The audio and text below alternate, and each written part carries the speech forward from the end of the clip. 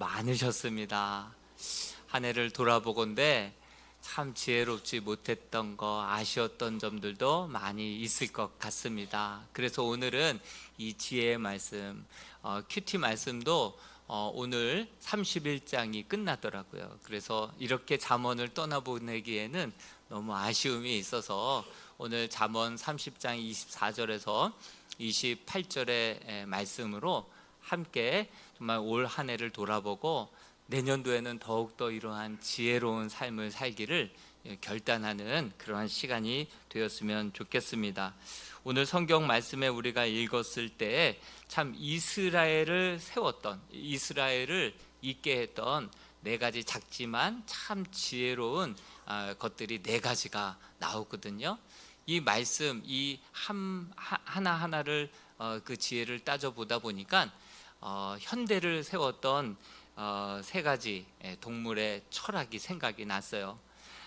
고 정주영 회장이 간척지 그 물을 막아야 되는데 막지 못하니까 계속 안 된다라고만 해보니까 해봤냐고 그러면서 폐 유조선을 갖다가 막아놓고 간척 사업을 멋지게 해내지 않았습니까?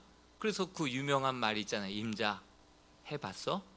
이 도전하는 말, 여러분 그 도전 정신이 어디서 나왔었는지 그의 어렸을 때 경험, 특별히 새 동물의 철학에서 나왔다라는 그러한 이야기는 아시는 분들은 정말 많이들 알고 계실 겁니다. 청개구리 철학, 빈대 철학, 쥐 철학이죠.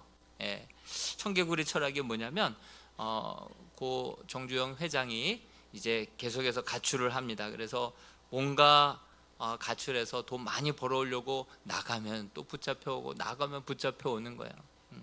그러다가 어느 날 청개구리를 보고 있는데 버드나무에 계속 오르려고 발버둥 치고 있는 그 청개구리를 계속 유심히 보고 있었어요. 30번 넘게 시도하다가 결국은 올라가는 거예요. 그 모습을 보면서 야, 정말 성공하려고 한다면 저렇게 30번 넘게 시도해보고 노력해봐야 되겠구나. 그것조차도 안 하는 사람은 청개구리만도 못한 사람, 이렇게 이제 머리에 새겨지게 된 것이죠. 그래서 그 청개구리에게 영감을 얻고 지혜를 얻고선 그를 가출해서 이제 역공장 쌀가게를 만들었는데 그게 이제 오늘날의 현대가가 이루어지게 된 거죠. 또 빈대 철학이 있습니다. 정주영 회장이 이북에서 넘어와서 인천 부두에서 지게꾼 역할을 먼저 했었죠. 그렇게 일을 하고 들어와서 숙소에서 편하게 자야 그 다음 또 내일 일할 수 있는데 빈대 때문에 잠을 잘 수가 없는 거예요. 여기저기 긁느니라고 잠을 잘 수가 없는 거예요. 그러다가 고심 끝에 침대 발 내 귀퉁이에다가 세숫대야를 놔두고 거기다 물을 부었어요. 그랬더니만 뭐가 못 올라와요? 빈대가 못 올라오는 거예요. 이해가 안 되십니까? 침대 발 밑에 세숫대야를 놓고 거기다 물을 부어놨어요. 그러니까 물을 건너서 빈대가 침대로 올라와야 되는데 못 건너오잖아요. 그래서 며칠 동안은 편하게 잤어요. 그런데 자다가 천장을 보는데 천장에서 빈대가 떨어지는 거예요. 와, 문제란 없다. 정말 답이 없는 문제는 없다. 이 빈대도 저렇게 천장에 올라가서 위에서 떨어지는 게 눈에 보이는 거예요. 그래서 또 막 간지러운 거예요. 야, 정말 모든 일이든 저렇게 생각만 하면 답이 없을 수가 없다. 그래서 그렇게 못하는 사람들을 향해서 그는 어떤 생각을 갖게 되었습니까? 빈대반도 못한 사람.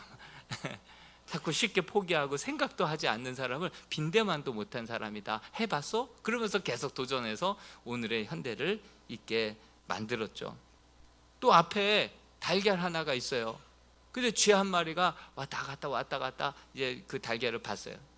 이놈이 어떻게 가져가나 봤더니 또 한 마리를 불러와요. 그러더니 그 한 마리가 그 달걀을 끌어안아요.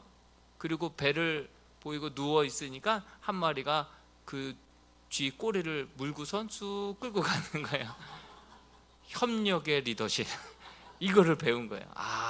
협력하면 정말 안 되는 게 없다. 이것을 깨닫게 되었죠. 그래서 이 작은 미천한 이 생물들을 통하여서 이 정주영 회장이 거기서 철학과 경영 교훈을 얻어서 오늘날의 현대를 일으켜 놓았다. 그래서 정말 유명한 일화 아닙니까?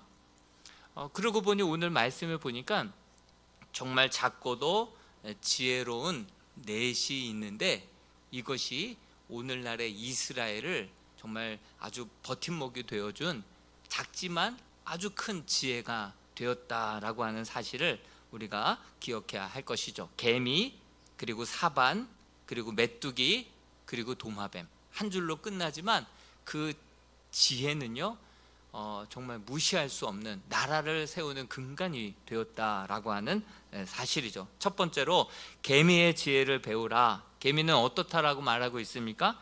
25절 말씀을 다시 한번 읽어보겠습니다. 시작.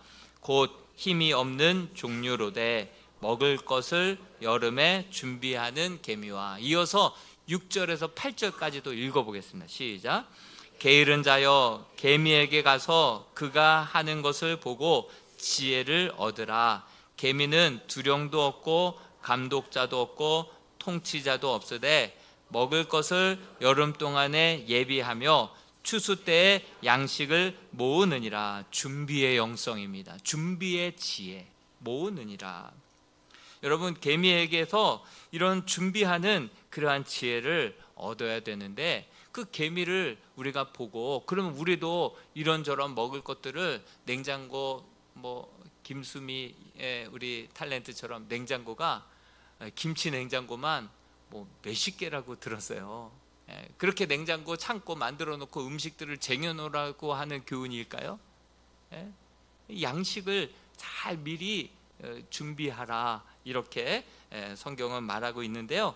우리 주님은 무엇을 먹을까, 무엇을 마실까, 무엇을 입을까, 너희 배만 채우고 입만 만족시키는 그런 삶을 살지 말라, 이렇게 우리 주님 말씀하셨죠. 또 이사야서 55장 2절에도 보니까 너희가 어찌하여 양식 아닌 것을 위하여 은을 달아주며 배부르게 하지 못할 것을 위하여 수고하느냐. 왜 썩을 것들만을 위하여서 이렇게 몸달아하고 애쓰고 수고하느냐, 이렇게 우리에게 탄식하고 있죠. 그렇다고 한다면 이 개미에게서 준비의 지혜를 배워 우리가 정작 준비해야 할 영의 양식은 무엇이겠습니까? 우리 요한복음 4장 34절에 보면 우리 주님께서 기뻐하시는 양식은 무엇이라고 분명하게 말씀하고 있습니다. 같이 한번 읽어보겠습니다. 시작. 예수께서 이르시되 나의 양식은 나를 보내신 이의 뜻을 행하며 그의 일을 온전히 이루는 이것이니라. 그렇습니다. 하나님의 말씀을 우리가 묵상할 때 그냥 타락한 인간은, 우리의 중심은, 우리의 마음은 심히 부패해서 정말 이기적이고 자기중심적이고 자기주관적인데 그냥 내버려 두면 그냥 자기 자신만을 위해서 살아갈 수밖에 없는 존재인데, 하나님께서 내 아들아, 내 아들아, 이 교훈과 훈계를 잊지 말아라. 하나님을 사랑하고 힘을 다하여 사랑하고 내 이웃을 내 몸과 같이 사랑하고, 이것이 바로 지혜니라, 지혜니라 계속해서 우리에게 당부하고 있지 않습니까? 이것이 하나님이 너를 향한 뜻이다, 계획이다. 너를 구원한 목적, 너를 이 땅에 보낸 목적, 너를 이 땅에 남겨둔 이유와 목적이 분명히 있다. 그 뜻을 깨달아 그 뜻을 온전히 이 땅 가운데 이루며 행하며 사는 것이 너희가 비축해야 할 천국에서 받을 귀한 상급이고 귀한 영의 양식인 줄로 믿습니다. 그러므로 하나님의 선하시고 기뻐하시고 온전하신 뜻이 무엇인지 좀 말씀을 펼쳐서 그 말씀을 주야로 묵상하면서 내가 원해도 주님께서 그렇게 하지 말라고 하면 정말 순종하고 나아가는 삶, 그것이야말로 생명의 길이고 승리의 삶인 줄로 믿습니다. 참 고 이성균, 우리 참 연예인, 안타까운 죽음을 맞이했는데 잠언을 읽어보십시오. 아들아, 정말 여러 가지 그 말씀만 한 번만 읽었어도 정말 그렇게 죄의 종으로 달라는 대로 다 줘도 결국은 다 들춰나고 숨을 길이 없고 감당할 길이 없어서 결국 생을 마감하지 않습니까? 왜 지혜가 생명이라고 말합니까? 여러분, 지혜를 통해서 우리가 교훈을 얻게 되면 손해보지 않고 정말 하나님의 그 좁은 문 좁은 길로 가서 결국 생명의 길로, 의의 길로, 칭찬받는 존귀와 영광의 길로 이르게 될 줄로 믿습니다. 타락한 이기적인 내 중심대로 그냥 내버려 둘 것이 아니라 하나님의 말씀을 묵상하고 하나님의 뜻을 깨달아 그 뜻을 행하는 것, 이것이 영의 나의 기뻐하는 양식이다. 그 양식을 잘 비축하고 그것으로 함께 나누고 전할 수 있는 풍성한 2024년도가 될 수 있기를 주님의 이름으로 축복합니다. 두 번째로 사반의 지혜입니다. 사반은요, 토끼과예요. 토끼과. 앞니가 나오고 자기 방어 능력이 하나도 없어요. 그래서 26절 같이 한번 읽어보겠습니다. 26절입니다. 시작. 약한 종류로 돼 집을 바위 사이에 짓는 사반과, 토끼과라고 말씀드렸죠. 자신을 보호할 수 있는 능력이 하나도 없어서 땅의 맹수와 또 하늘의 맹금류들에게 쉬운 먹잇감이 됩니다. 사반은 자신이 약하다는 것을 잘 압니다. 그래서 바위 사이에 집을 짓고 살아간다라고 하는 사실이죠. 사반을 통해서 주는 교훈이 무엇입니까? 우리 인간은 생각보다 약하다라는 것을 알아야 돼요. 여러분, 우리는 생각보다 쉽게 무너지고요, 무너지면 일어나지 못하고요, 정말 나약하게 짝이 없는 게 인생입니다. 난 강한 줄 알았죠? 한 인생 무너지고 생을 마감하는 거 보면 너무나도 무력하게 짝이 없게 무너져 버리는 것을 보게 되지 않습니까? 예수를 믿는 우리들에게도 환난이 있고 고난이 있습니다. 역경이 있습니다. 힘든 일이 있습니다. 그럴 때 나의 약함을 고백하고 나의 죄를 고백하고 주님의 능력의 손, 자비의 손, 긍휼의 손을 붙들고 살아가는 삶, 이것이 바로 사반의 지혜로운 삶인 줄로 믿습니다. 하나님을 온전히 의지할 때 나의 약함을 알고 나의 죄악을 알고 정말 나를 위해서 죽으시고 새롭게 하기 위해서 다시금 부활하신 그 십자가 발 앞에 나아가 엎드리는 자, 주님의 능력을 구하는 자, 주님의 그 큰 바위, 반석과 같은 그 바위 가운데로 피하는 자, 그런 자가 정말 이 사반의 지혜를 가지고 내 능력으로만 살아가는 자가 아니라 하나님의 거룩한 능력으로 살아가는 자들이 될 줄로 믿습니다. 제가 전에 섬겼던 교회에 장로님, 권사님이 계세요. 근데 그 두 분은 남매예요. 남매예요. 그런데 한 장로님은요, 그 기업 변호사라고 들어보셨어요? 그래서 기업이 갑자기 어려워지면 구조조정 들어가야 되잖아요. 그런 싼 값에 그 기업을 삽니다. 그래서 철저하게 뼈를 깎는 구조조정을 해서 다시금 정상화시켜서 다시 비싼 가격에 내다 파는 그런 기업 변호사인 거예요. M&A라고 하는. 근데 그 교회가 한 해에 이렇게 갑자기 코로나가 있던 어떤 어려움이 있던 재정이 몇 억씩 비게 되면 그분이 빈 헌금을 그냥 툭툭 하시는 거예요. 겸손하게 드러내지도 않고 조용히 묵묵히 그런 헌금들을 하시면서 교회 헌금을 조율하시는 분이 계신 거예요. 그리고 또 그분의 누님은 교수님인데, 신학대학 교수님이신데 많은 학계의 신학 교수님들을 다 연계해서 성도들의 균형 잡힌 그 성경 공부, 신학의 공부를 그렇게 목사님을 도와서 교회의 영적인 균형을 또 잘 잡아가시는 권사님이 그분의 또 누님이세요. 그래서 그 가정에 제가 이제 신방 갈 일이 있어서 은퇴 그 권사님 집에 신방을 갔어요. 근데 그분이 북한에서 어머니 등에 업혀서 넘어오신 분이신데 너무나도 가난하고 너무나도 힘들어서 그냥 입에 풀칠하기도 어려워서 시장통에서 그냥 전전긍긍하며 그렇게 열심히 신앙은 있었지만 주일 성수도 못할 때가 많았습니다. 그렇게 정신없이 살았어요. 그래서 어느 정도 집도 장만하고 좀 뭔가 좀 모아졌어요. 그런데 어느 날 화재가 나버리니까요, 눈앞에서 다 날아가 버리더래요. 그 모습을 보고 마음속에 결단을 한 거예요. 하나님, 내가 하나님보다 앞서가지 않고 하나님 예배하고 하나님 몸된 교회 먼저 섬기는 일을 제일 먼저 이제는 하겠습니다. 결단을 한 거예요. 내가 그렇게 밤낮 정말 코피 흘려가며 밤잠 안 자며 안 먹고 안 써가며 그렇게 뭐 한순간에 날아가는 모습을 바라보면서 이제는 우선순위를 하나님께 두겠습니다.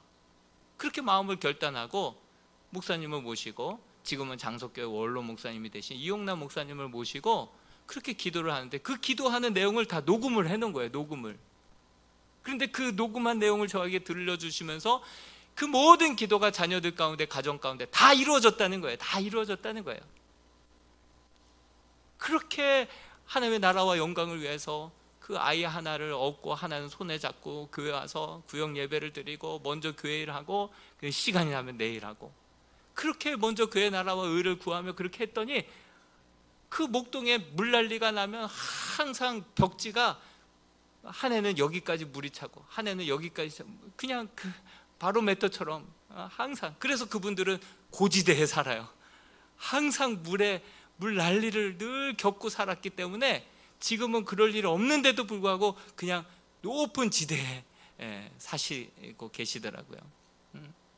그런데 하나님께서 그 가정을 목사님 기도하신 그대로 다 응답하셔서 교회에 뭐 영적으로든 경제적으로든 그 수위를 조절하면서 그렇게 묵묵히 겸손하게 섬기시는 그러한 모습을 보게 되었습니다.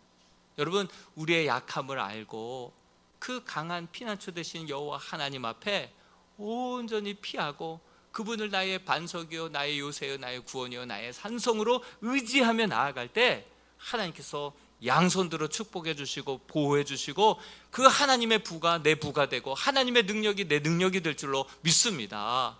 여러분, 이찬수 목사님이나 지금 하나님께서 알게 모르게 막 부어주시고 채워주시고 부흥의 역사로 함께 해주시는 분들, 아버지를 보면 대를 이어서 목회하시는 분들 그 10명 놔두고 끝까지 내가 교회와 성도를 어떻게 떠나냐고 그 자리 끝까지 눈물로 지키고 금식하다가 세상을 떠나신 그 자녀들은요, 하나님이 정말 놀라운 부흥의 역사로 하나님께서 시대와 열방 가운데 사용하시는 것을 보게 됩니다. 묵묵히 그 자리를 지키고 먼저 그의 나라와 의를 구하고 하나님 예배를, 하나님의 그 나라와 영광을 위해서 가장 먼저 여기고 살아가는 그 믿음과 그 중심을 하나님 보시고 나는 연약하게 주님께 피합니다. 주님께 삶을 드립니다. 마음을 드립니다.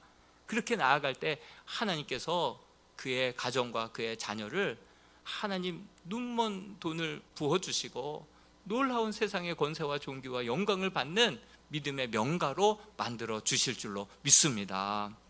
여러분, 다윗도요 자신의 연약함을 알았어요. 그래서 반석 되신 여호와 하나님 앞에 피합니다. 달려가서 그곳에 피합니다. 그래서 시편 18편 1, 2절의 말씀을 같이 한번 읽어볼까요? 읽어볼 때 나의 힘이신 여호와여, 거기서부터 한번 읽어봅니다. 시작. 나의 힘이신 여호와여, 내가 주를 사랑하나이다. 주 여호와는 나의 반석이시요 나의 요새시요 나를 건지시는 이시요 나의 하나님이시요 내가 그 안에 피할 나의 바위시요 나의 방패시요 나의 구원의 뿌리시요 나의 산성이시로다. 그러다 보니 다윗이 가는 곳마다 하나님이 승리케 하셨더라라는 말씀이 있어요. 결국 그렇게 하나님을 나의 피할 바위로 산성으로 그렇게 여겼던 다윗이 이제 16절 17절에는 이렇게 살아있는 간증을 합니다. 이런 고백을 합니다. 같이 한번 16절 17절도 읽어봅니다. 시작. 그가 손을 펴사 나를 붙잡아 주심이여 많은 물에서 나를 건져내셨도다. 나를 강한 원수와 미워하는 자에게서 건지셨으며 그들은 나보다 힘이 세기 때문이로다. 여러분, 하나님의 손은 내 손보다 더 강할 줄로 믿습니다. 내가 막 나를 위해서 열심히 일해봤자 하나님이 한번 손을 펼쳐서 턱 주시는 것만 못하죠. 하나님의 손은 온전하고 하나님의 손은 더 크시고 하나님의 손은 완벽할 줄로 믿습니다. 교회 나오시는 많은 분들이 자신의 연약함을 압니다. 부족함을 압니다. 그렇기 때문에 하나님을 더욱더 의지하는데 돈을 더 의지하는 분들도 있고, 자기 경험을 더 의지하는 분들도 있고, 자기의 체면, 자기의 명예, 이것들, 어떤 분들은 자녀를 더 의지하고 자녀들에게만 올인하시는 분들도 있습니다. 인맥을 더 의지하는 분들도 있습니다. 나의 경험 의지하지 말고, 나의 나된 것, 다른 거 의지하지 말고, 정말 하나님을 등지고 세상 벗삼아 살아갈 것이 아니라 그 하나님을 의지하고 세상 등지고 주님을 의지하며 살아갈 수 있는 주님의 신실한 자녀들이 될 수 있기를 주님의 이름으로 축복합니다. 나는 약해도 우리 주님의 손은 내 손보다 강하십니다. 나의 약함을 알고 나의 강함을 알아. 정말 신실하신 하나님, 좋으신 하나님을 그 날개 그늘 아래 거함으로 하나님의 보호와 하나님의 은혜와 하나님의 축복을 받아 누릴 수 있는 우리 모든 이람의 성도들이 될 수 있기를 축복합니다. 세 번째로 메뚜기의 지혜입니다. 27절 말씀 읽어봅니다. 시작. 임금이 없으되 다 때를 지어 나아가는 메뚜기와, 임금이 없으되 다 때를 지어서 나아가는 메뚜기. 메뚜기 안에 무엇을 우리가 배울 수 있겠습니까? 리더는 없는데 다 하나가 되어서 때를 지어 날아간다. 이 메뚜기의 하나됨, 메뚜기의 공동체성을 이야기해주고 있습니다. 예수 안에서 하나로 연합하여 세상을 이기는 지혜를 가지라. 하나 되게 하는 그 영성, 공동체의 영성을 우리에게 말씀해주고 있는 것이죠. 예수 그리스도를 머리로 하고 한 몸 된 우리가 하나됨을 굳게 지켜서 세상을 정복하는 지혜를 배우라. 이렇게 우리에게 교훈해주고 있는 것입니다. 메뚜기 한 마리는 약합니다. 여기 앉아있으면 통 튀기면 죽습니다. 그런데 한 떼를 이루어서, 여러분 메뚜기 재앙 영화 보시지 않았습니까? 소설에도 등장하지 않습니까? 메뚜기가 떼를 지으면요, 하늘을 덮어서 하늘의 빛이 어두워지는 거예요. 그 정도로 메뚜기 떼가 싹 지나가면 어마어마한 파워와 그러한 초토화가 일어나게 되지, 어마어마한 역사들이 일어나게 되지 않습니까? 그만큼 공동체성이 굉장히 중요한 것이죠. 특별히 리더가 없는데 이런 공동체성이 나오는 것은요, 정말 모두가 하나 될 때 이런 놀라운 파워가 나타날 수 있다라고 하는 사실이죠. 여러분, 이스라엘을 경고케 해주는 이론 중에 하나는 고리론이에요. 고리는요 쭉 연결되어 있다 하더라도 고리 하나만 끊어져도 고리는 주저앉습니다. 그렇죠? 예. 근데 우리나라 사람들은 어떤 생각이 많습니까? 나 하나쯤이야. 나 하나쯤 없어도 뭐 어때? 나 하나쯤이야. 어겨도 어때? 나 하나쯤이야. 이런 마음으로 우리는 살아갑니다. 그래서 어느 날 뭐 특별히 광고 안 하면 안 나와요. 안 보여요. 나 하나쯤이야. 그런 생각에 뭐 봉사의 자리, 헌신의 자리, 수고의 자리, 선교의 자리, 전도의 자리 없어요. 나 하나쯤이야. 나 하나만 안 나가도 뭐 티가 나겠어 하는데, 다 그런 마음으로 갖는다면 어떻게 되겠습니까? 여러분, 유럽 전쟁에서 이스라엘이 백전백승했던 이유가 무엇인지 아시죠? 유럽은요 전쟁이 나니까 나 하나쯤이야 생각하고 이민 가고 다 도망갔어요. 근데 이스라엘 백성들은 유학 갔던 사람들도 돌아와서 나 하나라도 나라를 위하여서, 그렇게 하다 보니까 그들이 백전백승을 하게 되는 그러한 유럽 전쟁을 우리가 보지 않습니까? 탈무드에 이런 얘기가 있어요. 사람의 몸의 중심은 어디입니까? 여러분, 사람의 몸의 중심은 어디인 것 같아요? 배꼽? 네, 어디인 것 같아요? 사람의 몸의 중심은, 탈무드에는 아픈 부위가 그 사람의 몸의 중심이라는 거예요.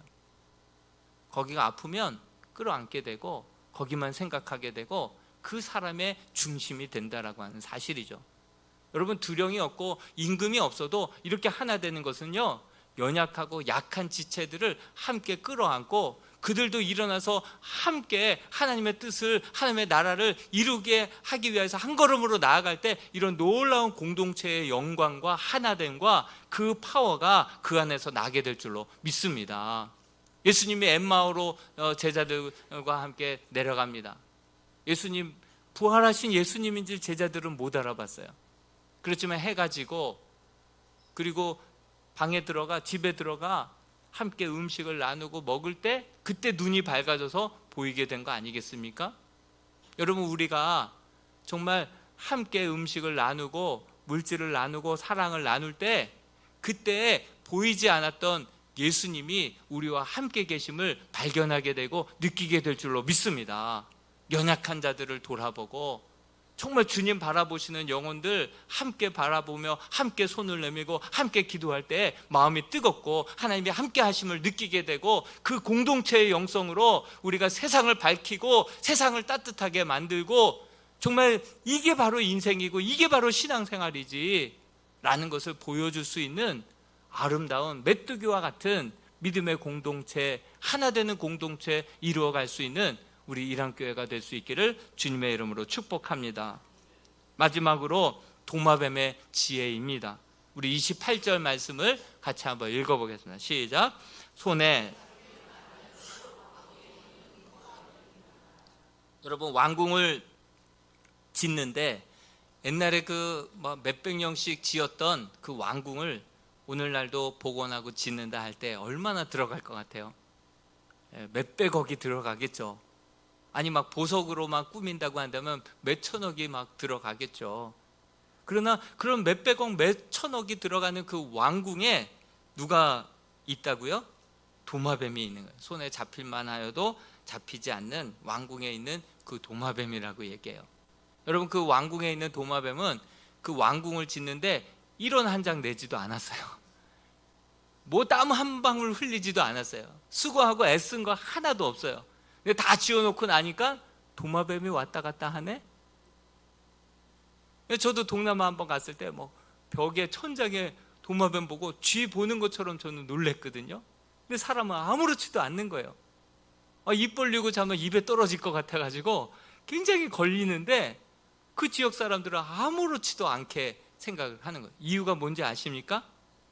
이 도마뱀이 모기를 잡고 또 해충을 잡아먹고 또 사람에게 질병을 옮기지 않고, 그러다 보니까 그 어디를 가든지 이 도마뱀은 사람들에게 유익한 거예요. 유익한 거예요.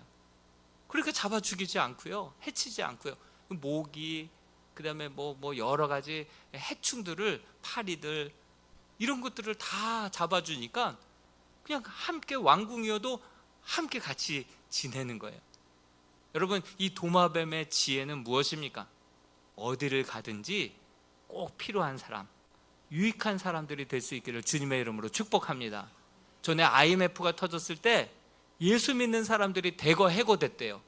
왜 그런가 봤더니 직장에 나가서 교회 주보를 복사하고 직장에 나가서 그렇게 교회 일들을 막 하고 또 주일이 되면 나는 주일 성수해야 된다고 해서 한 번 양보를 하지 않고 이러다 보니까 IMF가 터지니까 사람들을 해고할 수밖에 없는데 1순위가 크리스찬들이었다는 거예요.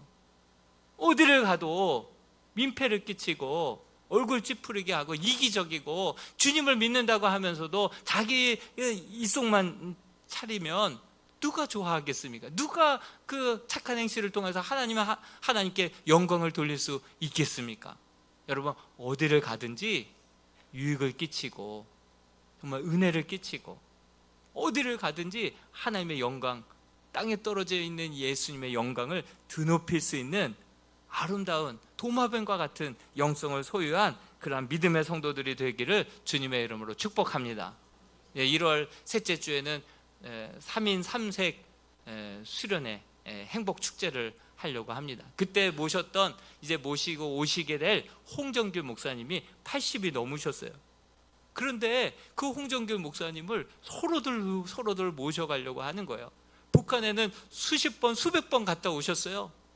굿윌 스토어 미랄 재단을 만들어서 우리 홍재근 장로님도 거기서 지금 두 곳을 맡아서 지금 경영하고 책임지고 있지 않습니까? 이 장애의 복지를 위해서 북한의 어린 아이들 굶어 죽지 않도록 계속해서 분유 보내는 일, 어디를 가도 유익하니까 이분을 계속 모시는 거예요. 심지어는 청와대까지도 여러 번 가셔서 말씀도 전하고, 대통령이 특별히 나라가 어려울 때는 이 어르신을 초청해서 같이 식사를 하면서 이야기도 듣고, 책에 보니까 박근혜 대통령에게도 편지 보내고 문재인 대통령에게도 편지 보내고, 그리고 답장이 오고 한번 식사하자고 해서 같이 식사하고 조언을 했을 때 그것을 그대로 수용해주고, 그런 이야기들이 나와요. 여러분, 어디를 가든지 이렇게 유익하고 정말 사회에 후미진 그 어려운 일들을 함께 짊어지고 함께 나누고 함께 그 가려운 부분을 긁어드리고 하나님의 아파하시는 곳을 함께 위로해드리고 함께 그렇게 주의 사랑을 흘려보내는 그러한 삶을 살자. 청와대도 가고 왕궁도 가고 해외도 가고 어디든지 불려다니는 거 아니겠습니까? 여러분, 우리들의 인생이 어디를 가든지 이렇게 유익하고 작지만 보잘것없지만 정말 모든 사람들에게 꼭 필요한 존재들이 될 수 있기를 주님의 이름으로 축복합니다.